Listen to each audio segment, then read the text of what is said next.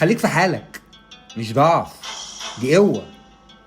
خليك في حالك يعني ما تستهلكش عمرك في الكلام الفارغ، ولا تضيع طاقتك في شكوى، ولا تحرق نفسك في مقارنة ملهاش لازمة.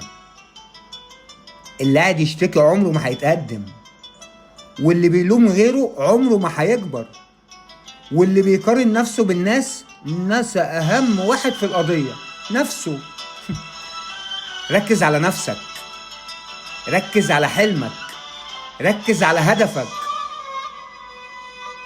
قرب من ربنا سبحانه وتعالى، لأن اللي قريب من ربنا ما بيضيعش، ما بيتكسرش، ما بيتوهش.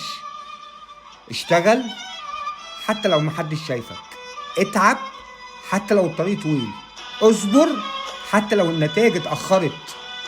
ما تستناش تشجيع ولا تسقيف ولا اعتراف من حد. اكبر انجاز انك تنام وانت راضي عن نفسك، انك عملت اللي عليك.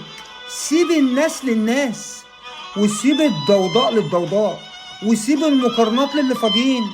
انت عندك حلم، امشي وراه. عندك هدف، اضغط على نفسك عشانه.